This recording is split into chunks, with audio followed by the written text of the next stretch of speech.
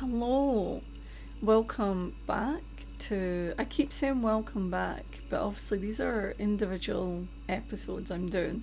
But I hope you've watched some of the other ones in the series. I'm really excited for this. This is South Scrimshaw. Wait a minute, is that his full name? Let me just check. Let me check the about. My mouse has disappeared. I can see it, but I can't at the same time. That's very strange. South Scrimshaw Part 1.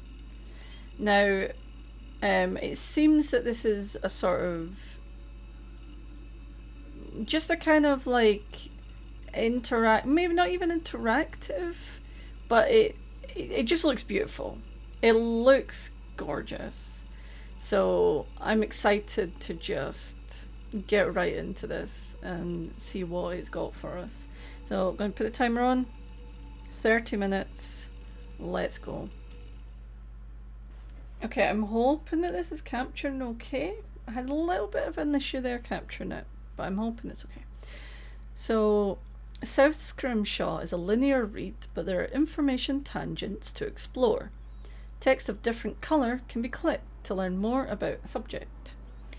While there are known egg-laying mammals, none of them are whales. Okay. This is a work of fiction. Names, characters, businesses, places, events, and most of the science are either the products of the author's imagination or used in a fictitious manner. Any resemblance to actual persons living or dead or actual events is purely coincidental. Interesting, okay.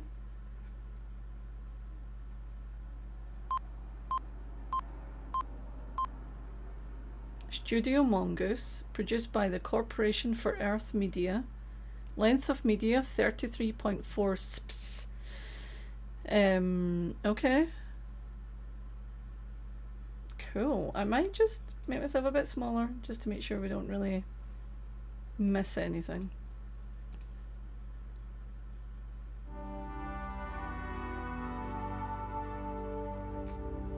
The Corporation for Earth Media is proud to present this educational program.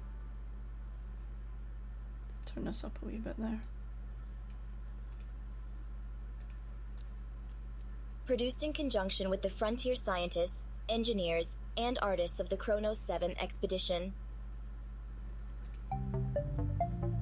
South Scrimshaw is made possible through the support of viewers like you. Viewers like you. Thank you.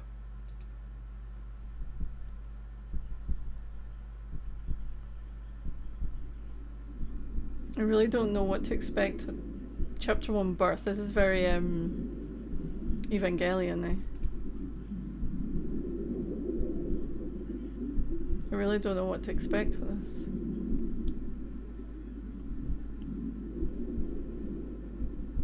Hot sunlight shines through the veined membrane of an aquatic egg. It was once carried in deeper, cooler waters of a more northern latitude.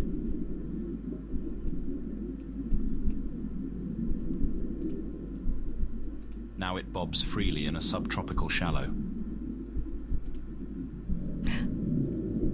The consciousness dawning inside is prodded alert in discomfort. Oh. It is a male whale calf, stirring with a newfound awareness of body. This pod has held him for 17 months, nurtured his development from a single fertilized cell.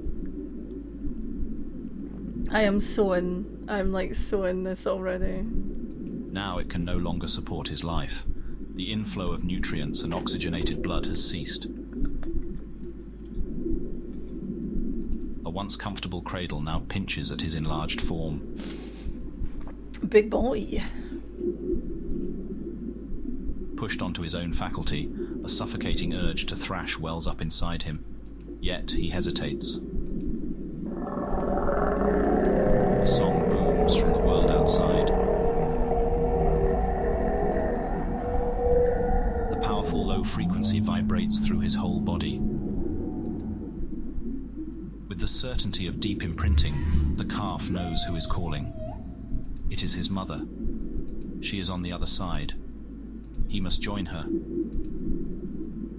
The shell containing him is now only a brittle husk, swollen with waste material and straining at the seams. Clumsy first movements form the start of the calf's motor awareness. The egg is evolved to rupture open along a central seam. A few thin cartilage bands are all that retain him. One more forceful effort and he will escape. I'm probably not going to say much during this because it feels like I just want to get lost in it. Which, it's not much of a game, but I'm so curious so far. It's beautiful as well.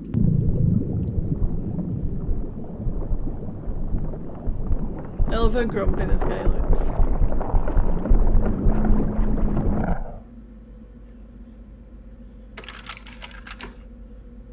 Corporation for Earth Media presents a Studio Mongoose production. South Scrimshaw.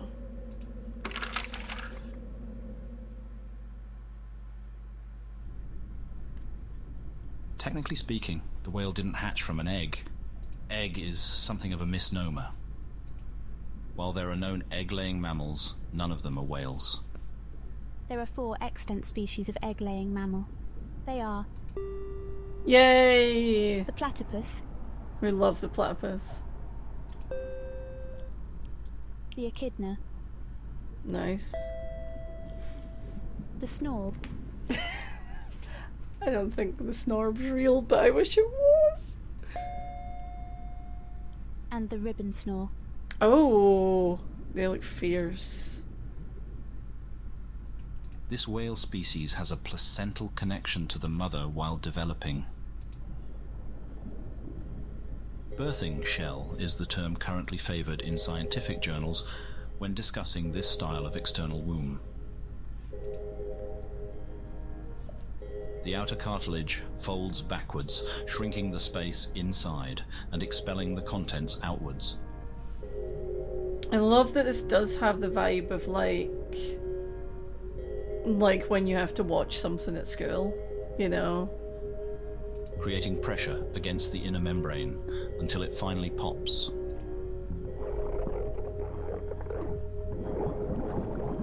There he goes. The calf spills out into the open ocean. The world is a rush of sensory stimulation. The newborn is momentarily stunned limp. He comes to amid a dizzying flurry of life. Plants and protists tangle and snag his every movement. I love the mix of mediums as well. It's really, really pretty. Small scavengers eagerly devour the cloud of waste. Plants unfurl and retract in almost animalistic locomotion. Foliage clings to the calf from above. He looks so done with everything already. He swims deeper to escape. His mother's song reassures him once again, but she is still nowhere in sight. This better not get sad, because it feels like a nature documentary, and how they always have sad bits in them. It better not. Sponges, wharf biters, crustaceans and corals dangle from the plants like ornaments. Plant is not a misnomer. These are true plants. Thank you. As with so much else in biology, the origin of plants can be traced back to the water. Albeit those early ancestors were far less complex than what we see today. As will be explained later, marine environments impose steep challenges on plants. It was once upon land freed from the burdens of an aquatic life that plants could more readily diversify in form. And it was also after that great proliferation of flowering species that some plants found it more favourable by the water and eventually returned to the seas. They are, in that sense, like whales. Something solid grabs from below. His descent is halted.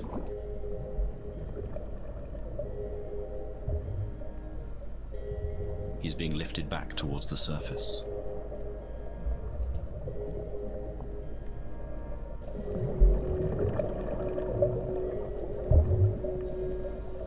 This is beautiful. The calf breaches, filling his lungs with their first breath of air.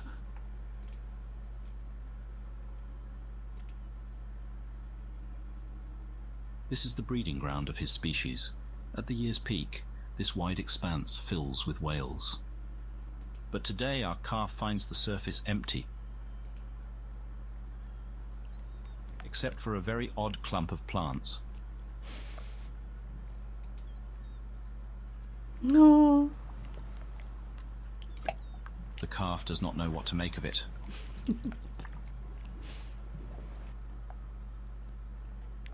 Equally disturbed and compelled, he stares transfixed.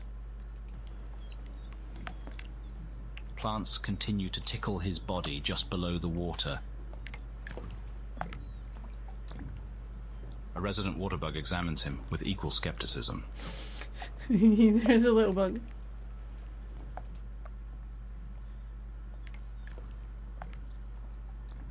Sudden movement atop the leafy mass catches his eye. Is that a burp up there?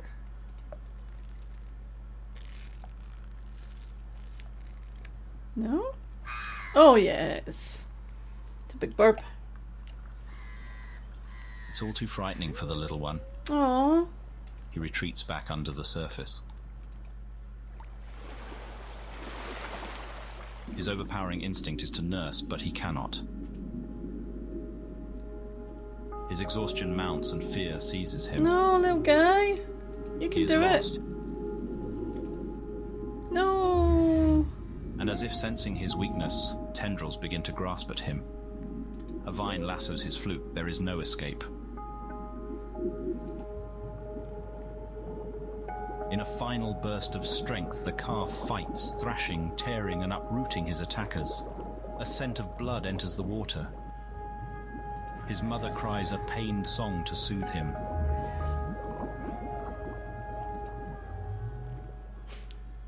The calf is hit with the sudden realization. The strange plants are not taking him away from his mother. Oh. Is that his mother? The strange plant clod is his mother. Okay. That's beautiful. The Brillo whale.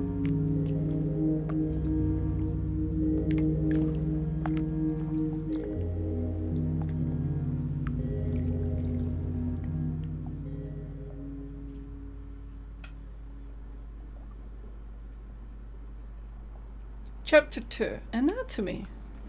See, if this was just like, I don't know, a YouTube video or something, I would sit and watch the whole thing. What It's evidence incredible. remained of this year's Brillo breeding season has long since been swept away. This sandbar has returned to its normal, pristine state. But don't get me wrong, like, I appreciate people doing video games like this because, you know, anything that kind of...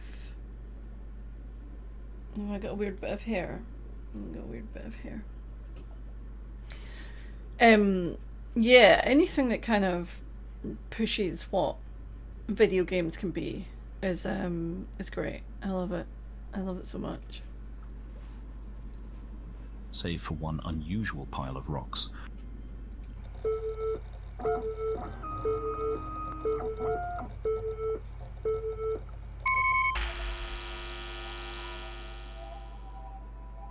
This is a stone dog. He's a stone dog! Of course it is. Somewhat like a hermit crab, this animal lives in a portable shelter of foreign material. It grasps together a shell of scavenged of debris with its long limbs and secretes an adhesive mucus to hold it fast. Stone dogs mostly rely on ambushing prey from a camouflaged position. Right now, this stone dog here is not the hunter, but the hunted. It is a woefully obvious attempt to hide. Yeah, there's not really much else going on around here. As the predator stalking it possesses one of the sharpest minds in the ocean. Oh no. A quick check if the coast is clear. It isn't. Our whale calf wants to play, not eat. Oh. But from the stone dog's perspective, there's little difference. Oh no, he's terrified. Since hatching, our calf has been a healthy and energetic specimen.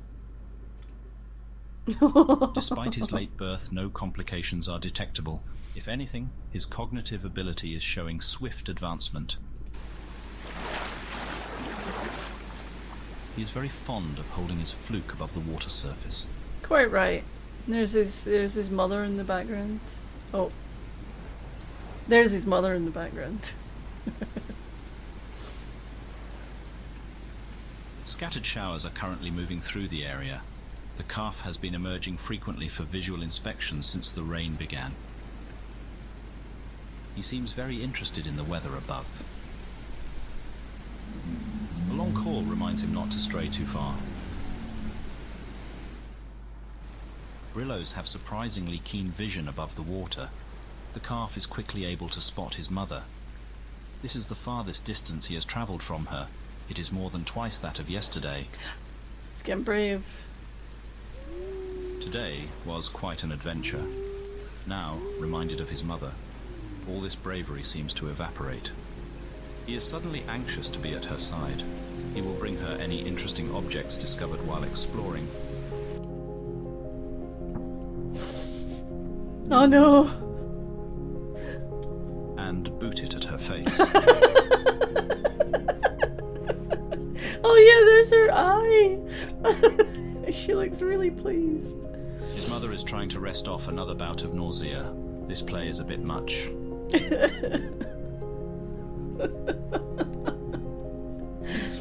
This is gonna make me cry.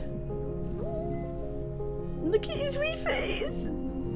But these discomforts are trivial to the bond between mother and child.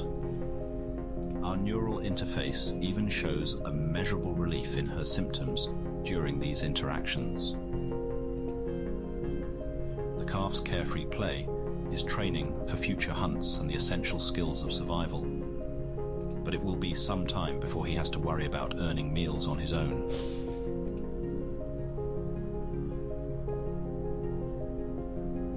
His mother's long, prehensile udders reach him through the thorny bramble. The milk he nurses on is thick as yogurt. Oh no. Calves subsist on this fat-rich diet for 2 years, building up an insulating layer of blubber, and the bands of spongy tissue for other organisms to burrow into. Here we arrive at what truly makes a Brillo whale such a remarkable specimen for study. Symbiosis of unrivaled complexity and variety. This female was initially selected for study due to her exquisitely beautiful exterior. The mammal is almost totally concealed within the undulating botanical mass. She is exquisitely beautiful. In cross-section, the distinction between whale and passenger is more visible.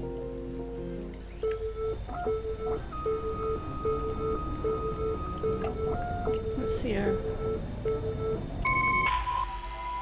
There she is.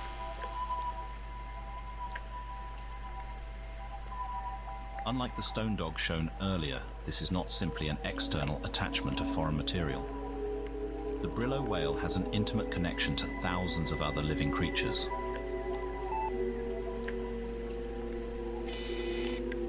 The whale chooses from among a variety of partner species and offers real estate within designated regions of its body. That's kind of creepy. An inner membrane draws the line between the welcome cohabitation space and the whale's vitals. Okay, as long as they've got a inner membrane. This unusual arrangement raises several questions. the first of which we will address. What is the benefit of living on a whale? Living on a whale. To help us illustrate the principle, we will be assisted by a sea bunny, or sea bun, to use its more common nickname. This is too cute. While each species Oh, has its no! own unique adaptation to this niche lifestyle, we can I create wanted to several click. broad I wanted to learn more about the sea bun.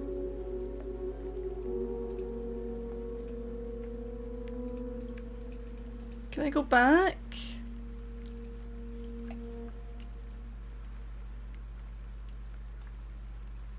Oh. Okay. Sadly, I didn't click to learn about the sea bun. I'm really sad about that. by a sea bunny. Oh, there we go, or there we go. Sea bun, to I use found its it. more The South Scrimshaw team has received very explicit direction from our producers, and we are to unequivocally clarify to viewers that the sea bun is not a real animal. Aww. The sea bun owes its creation to the original landing party of Kronos 5. Though the specifics are lost, the most convincing story is that it was something misheard over a shoddy radio connection. As those early years recede into contemporary legend, it is important to remember that the tales of hardship told by the first landing party are not exaggerated. The pioneers were indeed isolated for 11 solar cycles, and it was not until the conclusion of the hostilities on Earth that the current biannual delivery schedule could be planned. The uncharted planet was a land of mysterious fauna and unknown environmental hazards. It was a time where technology seemed to suffer inexplicable malfunctions, while repair efforts were always Amazing. undermined by a constant lack of materials, tools, and manpower. The myth of the sea bun serves as caricature for the force of chaos, always at work when one's back is turned. Sea bunnies was a sort of shorthand for, I don't know what's wrong, it could be anything, including a cryptid. It was the sea bunnies. Among our seniors who were present at the time, one likened the expression to "here be dragons" on medieval maps. Another drew a parallel with Murphy's Law. Somewhere along the line, either as intentional jokes or honest misunderstanding of colourful communiques, word of sea bunnies repeatedly escaped the planet in a way interpreted as fact by those off-world. I mean, that's clearly the Loch Ness Monster. Compounding this misinformation was a popular hazing ritual where new arrivals were assigned to catch a sea bun for research, usually being given a butterfly net and sent somewhere isolated and moderately dangerous. A unique culture planetside encouraged the escalation of this practice, until a few near disasters brought a legislated end to the budding tradition. I know you guys already understand the gravity of this situation, and I know there isn't malice behind these sorts of pranks, so we will skip the part where I scold you like children. But understand that I'm mostly planetside. The brass isn't. They aren't in a position to understand how some FNG got sent on a literal wild goose chase and swept away by the tide. We're also lucky that Fishing Boat was out there to pick him up out of the drink. This case is getting closed without any disciplinary sanctions. It helps that the kid has been a sport about it. Regardless, I need everyone at your outpost to consider themselves on probation. I gave some personal assurances to secure this outcome, so my neck is on the line too. Send my regards to Redacted. Redacted was saying the other day how we haven't seen you two for a while. Let's get some horseshoes in before the weather cools. Regular infrastructure improvements have also blunted the disgruntled sarcasm towards occasional hardship. Civil Corps of Engineers. In recent years, the Sea Bunny is most defined by Will Voynich's cartoons. Kids Wilderness is a monthly publication created and edited by Will Voynich, written and illustrated by Voynich and various contributors. I love that we're going deeper and deeper into the like references. Using friendly illustrations, it focuses on natural science, camping, and health and wellness. It joins the official Sunday newspaper as one of the planet's only 2 print publications. Voynich was originally a cartographer and among those first to land with Kronos 5. Children's literature only became a guiding passion after he discovered himself a soon-to-be father, and realised how very little would be available for the new generation by way of age-appropriate entertainment and education.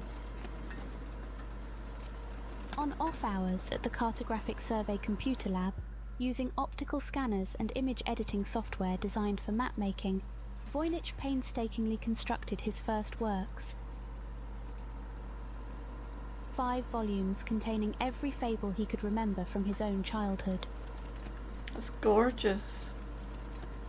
While he faithfully retells many of these timeless classics, Voynich's recall is often hazy. Several of the stories are so misremembered they are more original work than adaptations. For example, the elephant and the mouse retains nothing from the Aesop tale besides the titular animals. Voynich's version has the 2 discussing the different sorts of dreams they have while sleeping. Oh, I love that elephant. Like he barely fits into that piece of paper. Voynich's first intentional works of fiction would be penned for kids' wilderness. The Adventures of Seabun and Monaco. Yay! Oh, I want to read that. Seabun eats a telecommunication network. Oh, Seabun. The accessible charm of Seabun and Monaco found an immediate and enthusiastic audience. Currently playing are musical arrangements from the puppet show adaptation, which has been touring schoolhouses. The songs were composed and performed by Nico Kuprin. I love it. The formula of each adventure largely follows the same beats. Seabun, an ocean sprite with impish curiosity and an endless appetite for inedible material, happens upon some unknown piece of infrastructure and decides to devour it. Quite right, Seabun. Quite right. Meanwhile, Monaco, a nervous eel sidekick who always follows Seabun, watches on in comically exaggerated terror while imagining the most nightmarish possible outcomes. That's me. I'm Monaco. These predictions of doom never come to pass. But Seabun's actions do cause significant damage, forcing construction crews to deploy for repairs. Seabun, now realising his error, uses his supernatural strength to help workers in various ways and atones for his destructive acts. Everything is then rebuilt stronger than before. Oh, look! The little silhouettes of them in the sea. The story formula seeks to inform young readers about vital infrastructure, where it is found, what happens if it breaks, and the sort of specialised work that maintenance requires. It also seeks to make the harsh edges of a frontier life less frightening and unknown to young readers. Each story ends with the sleepy Seabun returning to his burrow with a souvenir where he slumbers peacefully. Oh, he's got like little bits of equipment and stuff, and like an old washing machine or whatever that is. That is, until he gets hungry again. I got a deepest lore achievement for researching the sea bunny.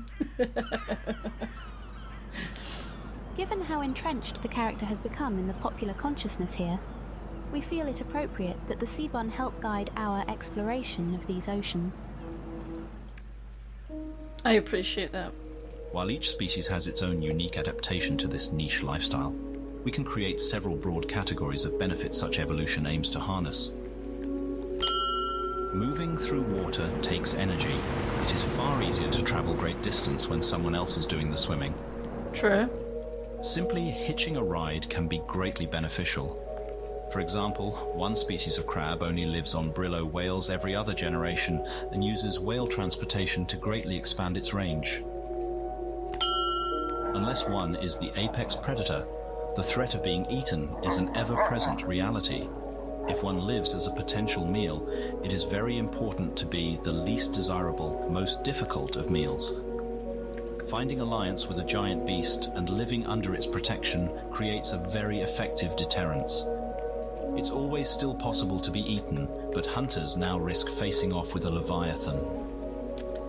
It's basically you and whose army. Right, that's 30 minutes up, but I don't care.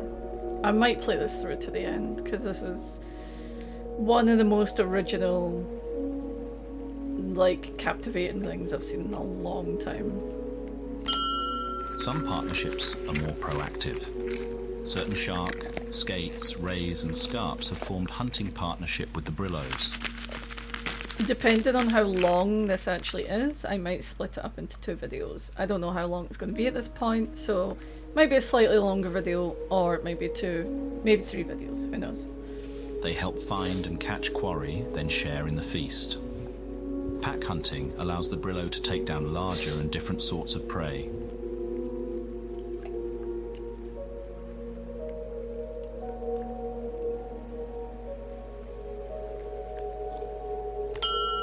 The blood or waste of Brillo whales can also provide a source of nourishment.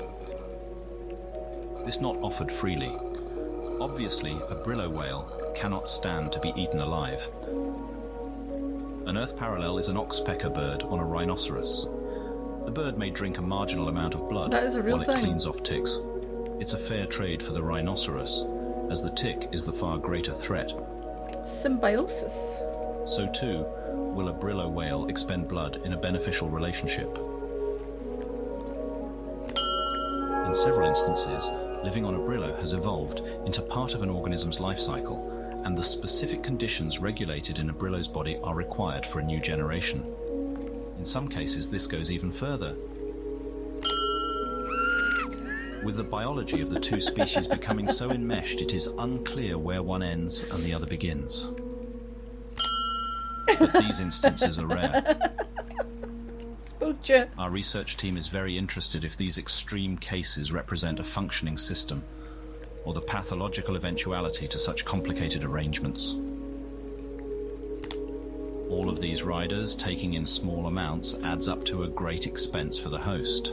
This prompts the obvious next question. What does the whale stand to benefit from this arrangement?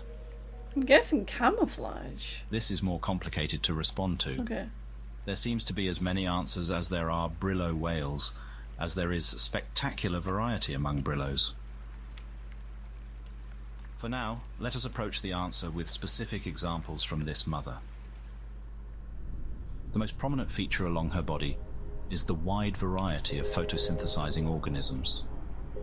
The whale is, of course, not an autotroph producing her own energy from sunlight, but the specialized sea flora pays rent by sharing some of their sugars into her blood. When light is low, roots ferment, and alcohol is also created as a byproduct. Fun. Certain plants near her head also act as fishing lures, drawing food to her maw. While she may occasionally swim deeper, a partially plant-subsidized life has locked her within the photic zone, the upper aquatic layer where enough sunlight can sustain the leaves. Adult Brillo behavior and biology is often dramatically influenced by their symbiotic arrangement.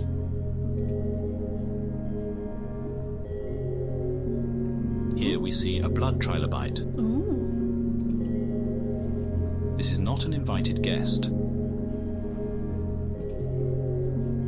long needle-like proboscis pushes down and taps a vein. That's rude. Drinking in great volume and offering nothing in return, it is a true parasite. Kick him off. Get out. This is a job for the vellum worm. Good old vellum worm. Vellum worms fill their stomachs by grooming Brillos of unwanted visitors. Nice. It is currently hypothesized that vellum worms distinguish the welcome from the attackers through smell and taste. Parasites have all been found to have elevated amounts of a bile-like Brillo waste inside them. This mother Brillo also has to worry about creatures browsing her lovely plants. Just have a little nibble. Herbivorous fish attempt frequent raids on the leafy goods. This one is alone and quite oblivious. The vellum worm packs a powerful punch for larger animals. A neurotoxin-filled barb is shot into the fish's heart. Oof. It can only manage a faint muscle spasm before the venom completes its work. Good old vellum worm. The Brillo whale's strategy is called a symbiotic garden. It is an intentionally cultivated arrangement and a precarious balance of mutual reliance. When successfully maintained, the host becomes a morass of life. It is usually defended from attack. It can sometimes acquire energy in novel ways, and occasionally it is able to invade new niche ecosystems. The universal downside experienced by all Brillos is that more complexity creates more points for failure. An adult Brillo's life is dominated by the struggle to groom a semblance of order into increasingly overgrown flanks. To a simple calf, these adult problems have yet to enter his mind. Today he has found his mother's leaves serve as fun streamers to play with. Aww. She finally scolds him. She is too unwell to tolerate any more roughhousing. Aww. He doesn't quite understand, but he has other diversions. Primarily drinking more of her milk. Given the complexity of Brillo anatomy, even small health problems can swiftly spiral out of control. This female experienced complications while giving birth. There is the potential for the situation to worsen. A thorned branch has become ingrown, puncturing through both the layer of protective outer muscle and the cuticle barrier. This has got me, like, really invested in a fictional animal. That's how good it is. This had begun prior to calving, but her contractions to extend the womb also caused the plant shard to stab deeper. The spikes are now in contact with her intestines. Fortunately, there is no puncture yet. The site is inflamed and white blood cells flood the area. The immune system unmistakably identifies this as an injury. We can witness her stiff reluctance to move and read a jolt in brain activity when she's jostled. It must be greatly painful. The greatest danger right now is a tear of the intestines, which would certainly be fatal. There is reason to hope. Our scans also reveal that she has recovered from a similar injury in the past. Perhaps Brillos regularly endure such ghastly wounds. Perhaps it was the safety of the Brillo herd which afforded her enough time to convalesce. Certainly her odds of survival will be boosted greatly if she is able to make the long swim back. For now, she is still well enough to care for her newborn, though doing so must be exhausting.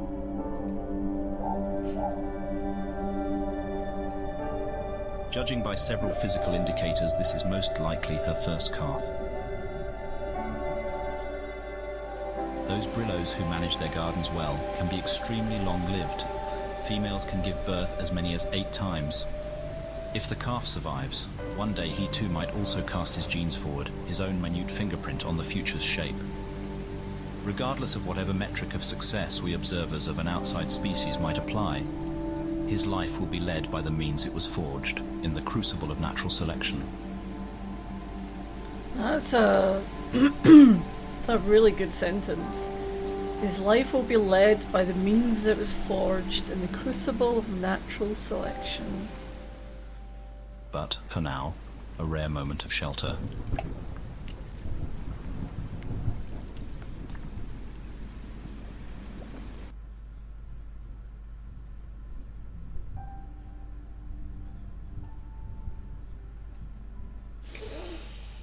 Okay, I'm going to leave the video there because I kind of think if you're watching this, you should experience it yourself as well.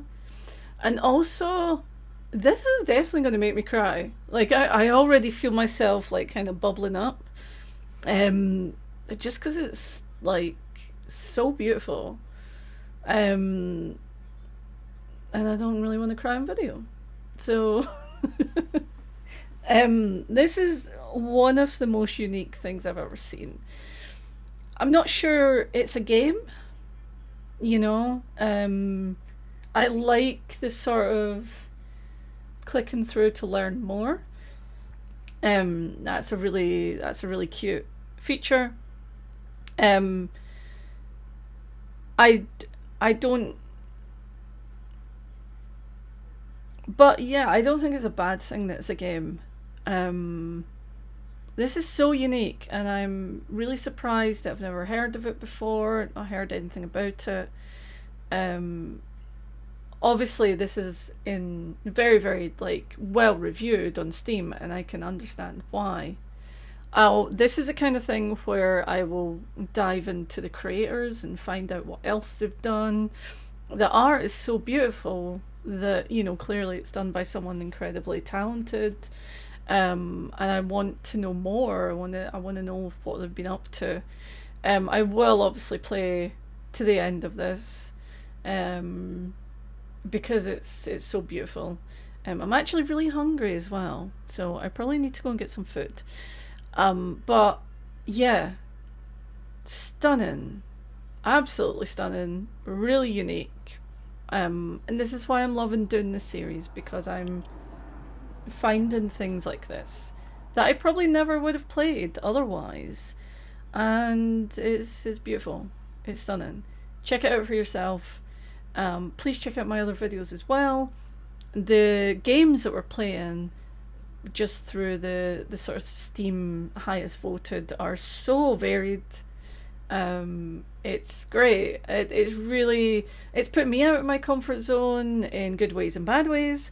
And yeah, so check out my other videos.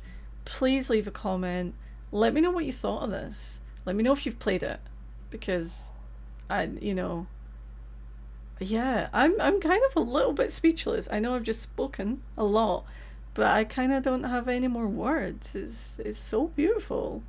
So yeah, I will see you in the next one. But bye bye for now. I am departing.